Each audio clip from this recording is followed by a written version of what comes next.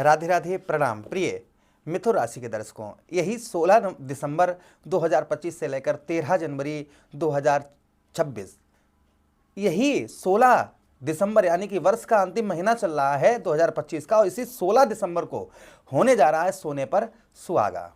अब ये कैसा सोने पर सुहागा होने जा रहा है, आप भी सोच रहे होंगे शास्त्री जी क्या कहना चाहते हैं। तो देखिए, आपके ठीक कौन से भाव आपके लग्नेश बुध महाराज के परम मित्र और ग्रहों के राजा सूर्यदेव भगवान का राशि गोचर आपके कौन से भाव, आपके सप्तम भाव आपके केंद्र पर होने जा रहा है।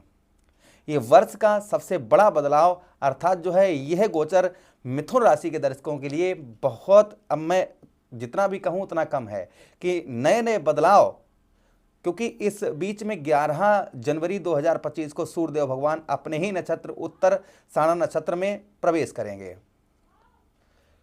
एक एक बात की चर्चा हम विस्तार पूर्वक अच्छी तरीके से अपने मिथुन राशि के दर्शकों के लिए करने वाले हैं कि सूर्यदेव भगवान का जो गोचर रहेगा वो आपके जीवन पर क्या प्रभाव बनाता हुआ नजर आएगा। इसी बात की चर्चा हम विस्तार पूर्वक अच्छी तरीके से करने वाले हैं। चलिए प्रोग्राम को प्रारंभ करते हैं और समझने का प्रयास करते हैं। अगर आप अपनी कुंडली पर परामर्श विश्लेषण विस्तार पूर्वक अच्छी तरीके से अनलिमिटेड समय के साथ में करवाना चाहते हैं तो आप हमारे दिए गए नंबर पर संपर्क करके अपनी कुंडली का परामर्श विश्लेषण विस्तार पूर्वक अच्छी तरीके से अनलिमिटेड समय के साथ में करवा सकते हैं।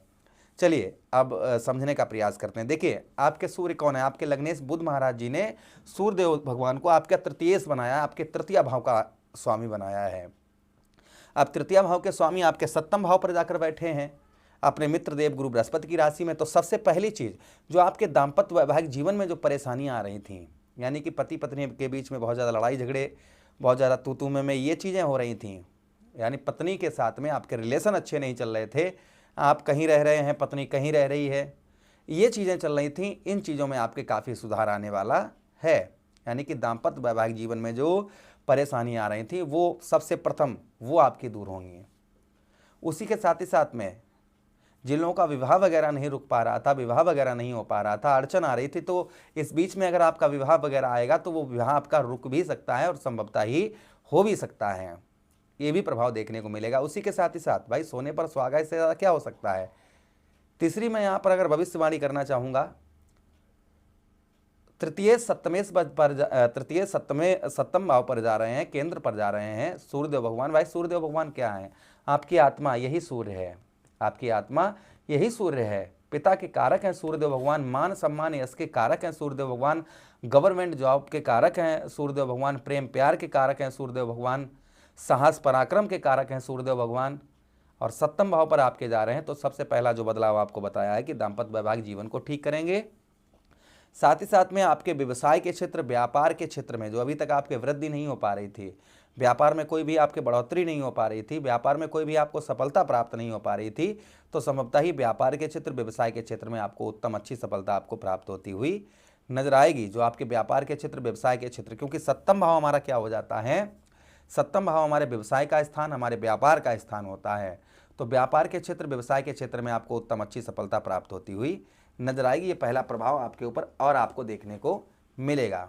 उसी के साथ ही साथ आगे हम चर्चा करते हैं सूर्यदेव भगवान का आपके सप्तम भाव पर। आप किसी के साथ पार्टनरशिप करते हैं, मिलकर कार्य करते हैं किसी के भी साथ में, तो भी आपका काफ़ी उत्तम, काफ़ी अच्छा आपको देखने को मिलेगा। साथ ही साथ व्यवसाय के क्षेत्र में के साथ ही साथ में आपको बताते चलें कि पत्नी की ओर से आपको काफ़ी पत्नी की से सुख आपको प्राप्त होगा, एवं आपके भाग्य में वृद्धि होती हुई नजर आएगी। आपके भाग्य को यहाँ पर सूर्यदेव भगवान आपके बढ़ाते हुए नजर आएंगे। आपके भाग्य जो अभी तक आपको भाग्य का साथ नहीं प्राप्त हो रहा था, आपको भाग्य का साथ नहीं मिल पा रहा था, तो संभवतः ही आपको भाग्य का साथ उत्तम अच्छा मिलता हुआ नजर आएगा।